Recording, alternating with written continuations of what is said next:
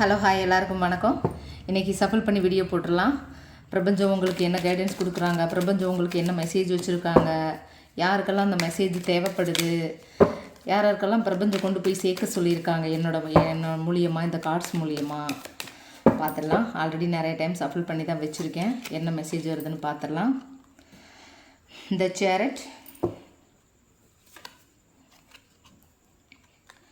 Night of pentacles,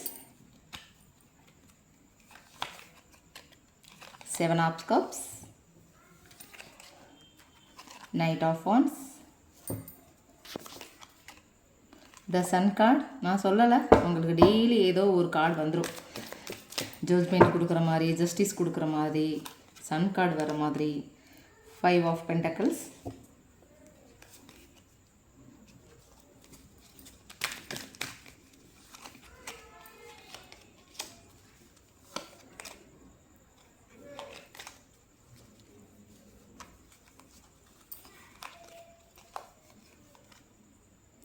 the Knight of Cups, the Page of Swords. நமக்கு intuition power சொல்லும் இல்லைங்களா, இந்த card okay எடுக்கலாம், இல்லை இந்த கார்டு வேணாம் அப்படின்னு சொல்லும். வீடியோ போடும்போது கரெக்டாக கோர்வையாக வந்துடும். 10 of Swords.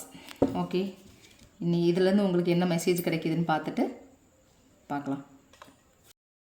இது ஒரு பொதுவான ஜென்ரல் ரீடிங் தான். யாருக்கு பொருந்துதோ அவங்க மட்டும் எடுத்துக்கோங்க, மற்றவங்க அப்படியே விட்டுடுங்க.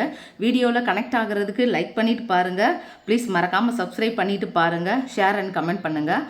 உங்கள் ரிலேஷன்ஷிப்பை பற்றி பார்க்கும்போது உங்கள் 2 பேருக்கும் நிறைய டிஃப்ரென்ஸ் இருக்குது.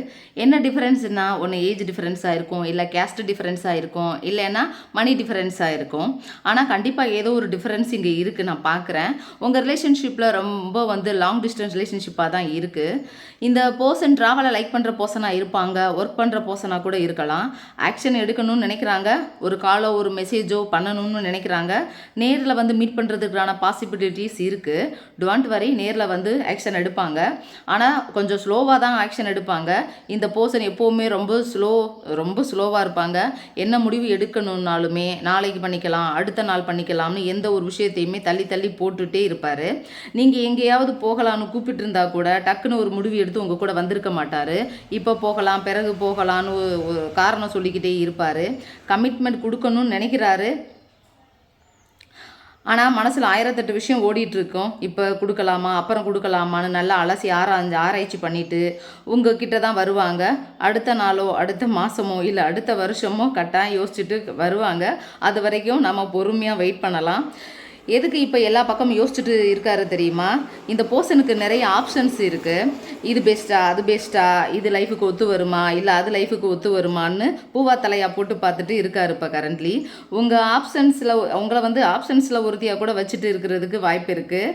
நமக்கும் அதே மாதிரி ஆப்ஷன்ஸ் நிறைய இருந்திருந்தால் இந்த பர்சனுக்காக இப்படி உருகி அழமாட்டோம்ல. சரி, ஓகே. இந்த பர்சனுக்கு ஒரு கட்டத்தில் புரியும், இவளை மாதிரி ஒரு பைத்தியக்காரி நமக்கு யாரும் கிடைக்க மாட்டாங்க அப்படின்னு தோணும்.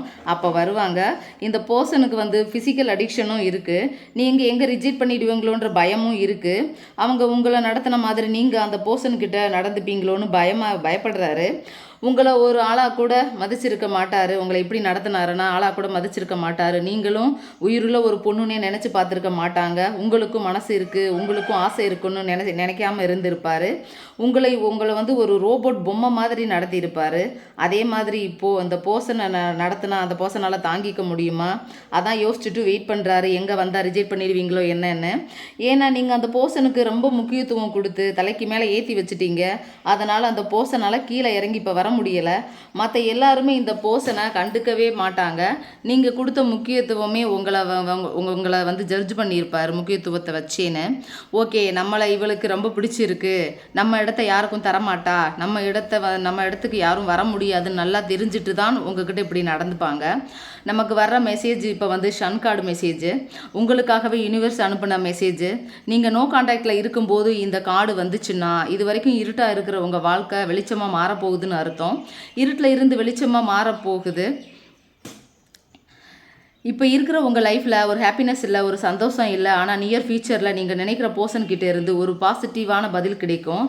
இந்த சன் கார்டு தான் டேரா கார்டுலேயே ரொம்ப பெரிய கார்டுன்னு சொல்லியிருக்கேன். பயங்கர பாசிட்டிவான கார்டு.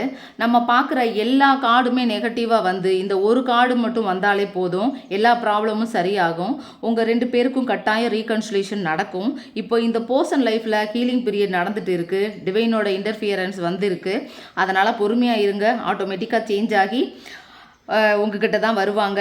நாம் எவ்வளவு நல்லவங்களாக இருந்தாலுமே டவர் மூமெண்ட்டு எல்லார் லைஃப்லேயும் வரும். இப்போ எக்ஸாம்பிளுக்கு சொல்லணுன்னா, இந்த 7.5 சனி ஒருத்தரோட லைஃப்பில் வருதுன்னு சொல்லுவோம்ல, எல்லாருடைய லைஃப்லேயுமே ஒரு டைம் அந்த 7.5 சனி வந்துடும். ஒரு சிலருக்கெல்லாம் பார்த்தீங்கன்னா எப்போவுமே 7.5 தான் இருக்கும். இந்த 7.5 சனி கடவுளை கூட விட்டு வைக்கல இந்த 7.5 வந்து. அப்புறம் நம்ம மனுஷங்க நம்மளாம் ஏமாத்துறோம். ஆனால் அந்த 7.5 சனியில் நம்மளை சுற்றி இருக்கிற கெட்ட மனுஷங்களை எல்லாம் நமக்கு அடையாளம் காட்டுவார். யார் யார் போலியாக பழகுறாங்களோ, தேவைக்காக கூட இருக்காங்களோ எல்லாருமே அந்த டைமில் நம்மளை விட்டுட்டு போயிடுவாங்க. அதே மாதிரி அந்த பர்சனுக்கு இப்போ டவர் மூமெண்ட்டு நடந்துட்டுருக்கு, ஃபேஸ் பண்ணிகிட்ருக்காங்க. முடிவில் தெளிவு வரும். நம்ம எல்லாருடைய அன்பையும் உண்மைன்னு நம்ம ஏமாந்து போயிருப்போம். கொஞ்சம் நல்லா நம்மக்கிட்ட பேசிட்டாங்கன்னா போதும், அவங்கள நல்லவங்கன்னு நினைப்போம். ஆனால் நம்ம யார் யாருக்கு ஹெல்ப் பண்ணியிருக்கோமோ, யார் நமக்கு துரோகமே பண்ண மாட்டாங்க, நம்மக்கிட்ட உண்மையாக தான் இருப்பாங்கன்னு நினச்சிட்டு இருந்திருப்போமோ, அவங்க தான் நம்ம முதுகில் முதல்ல குத்தி இருப்பாங்க. அப்படியும் திருந்துவோமா? திருந்த மாட்டோம். எவ்வளோ பட்டாலும் நமக்கு புத்தி வராது. அதனால் நம்ம திருந்துறதுக்காக கூட டவர் மூமெண்ட்டு நடக்கும். நாம் எப்படி வாழணும், நம்மளை எப்படி நம்ம வேல்யூ பண்ணணும்னு நமக்கு புரிய வச்சு யூனிவர்ஸ் நம்மளை திருத்துவாங்க. உனக்கு நீ முதல்ல இம்பார்ட்டண்ட் கொடு, யாரை நம்பணும் நம்பக்கூடாதுன்னு புரிய வச்சு வாழ்க்கையில் எல்லா லெசனையும் நமக்கு கற்றுக் கொடுப்பாங்க. அந்த பர்சன் மூவ் ஆன் ஆகிட்டாங்கன்னு நீங்கள் ரொம்ப கஷ்டப்பட்டு இருந்திருக்கீங்க. அந்த பர்சன் வந்து ஈஸியாக ரிலேஷன்ஷிப்லேருந்து வெளியே போயிருக்காங்க. ஆனால் அதிலேருந்து எப்படி வெளியே போகிறதுனே தெரியாமல் கஷ்டப்பட்டுட்டு இருந்திருக்கீங்க. ரொம்ப சேடாக இருந்திருக்கீங்க. உங்களுக்காகவே யூனிவர்ஸ் சன் கார்டு கொடுத்துருக்காங்க. ஆனால் ஏதோ ஒரு சூழ்நிலையில் விட்டுட்டு போயிட்டாங்களே தவிர உங்கள் மேலே லாட்ஸ் ஆஃப் ஃபீலிங்ஸ், எமோஷன்ஸ் எல்லாமே இருக்குது. நைட்டெல்லாம் உங்களை பற்றி திங்க் பண்ணுறாரு. உங்களுக்கு எப்படி கால் பண்ணுறது, மெசேஜ் பண்ணுறது, உங்களை எப்படி அப்ரோச் பண்ணுறது, நைட்டு ஃபுல்லாக உங்களுக்கு ஒரு கிளாரிட்டி கொடுக்கறதுக்காக அதை பற்றியே தாட்ஸே மைண்டுக்குள்ளே ஓடிட்டு இருக்குது. பகல் டைமில் உடனே அந்த தாட்ஸ் இல்லை. பகல் டைமில் வேலையில் பிஸி ஆயிடுறாங்க. நைட்டு இருக்கிற தாட்ஸ் எப்போவுமே பகலில் ஸ்டேபிளாக இருக்காது யாருக்குமே. நான் தான் சொல்லலை இந்த பர்சன் வந்து எடுக்கிற முடிவு எல்லாமே ரொம்ப ஸ்லோன்னு. மற்றபடி உங்கள் மேலே நிறைய அன்பு பாசம் எல்லாமே இருக்குது. இப்போ கரண்ட்லி உங்களை அவங்க சேசிங் பண்ணுறாங்க. இப்போது இன்ஸ்டாகிராமில், வாட்ஸ்அப்பில், ஃபேஸ்புக்கில், எல்லா சோசியல் மீடியாலையும் உங்களை சேசிங் பண்ணுறாங்க. என்ன டைம் காட்டுது, லாஸ்ட்டு சீன் என்ன டைம் காட்டுது, ஆன்லைனில் எப்போ வந்திருக்கீங்க அப்படின்னு உங்களை சேசிங் பண்ணுறாங்க. என்ன ஸ்டேட்டஸ் வச்சுருக்கீங்கன்னு உங்களை சேசிங் பண்ணிக்கிட்டே இருக்காங்க. ஏன் உங்களை சேசிங் பண்ணுறாங்கன்னா, நீங்கள் அவங்களுக்கு தேவை, அதனால தான் சேசிங் பண்ணுறாங்க. நீங்கள் ஆன்லைனில் கிடக்கல அப்படின்னா உங்கள் ஃப்ரெண்ட்ஸுக்கிட்ட, உங்கள் ரிலேஷன்கிட்ட, இல்லை உங்களை தெரிஞ்சவங்க கிட்ட விசாரிக்கிறாங்க.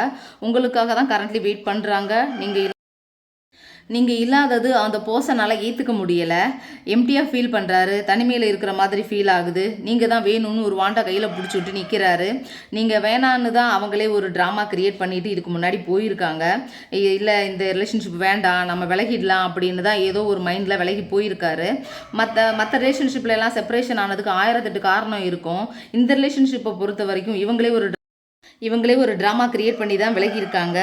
ஏதோ ஓவர் திங்கிங்கில் உங்களை விட்டுட்டு போயிருக்காங்க. இப்போ தான் அதை உணர்ந்துருக்காரு. ரொம்ப மிஸ் பண்ணுறாரு. அதனால் அந்த பர்சன் எங்கேயும் போக மாட்டாங்க. எங்கே சுற்றினாலும் இங்கே தான் வந்தாகணும். பொறுமையாக வெயிட் பண்ணுங்கள். வணக்கம்.